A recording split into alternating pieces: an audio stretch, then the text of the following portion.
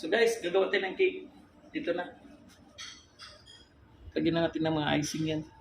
Yung ginawa nating boiled icing. Yan. So guys, natapos na natin so kailangan natin ipalatada para matarong na itong bandera. Ice. So guys, natapos ko na yung yung papalatada natin yung cake. So i-decorationan ko siya.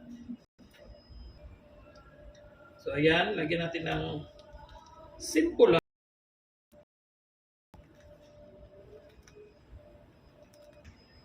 Guys, halfway na tayo. Yan siya na design. Yan, so malapit na yan. So guys,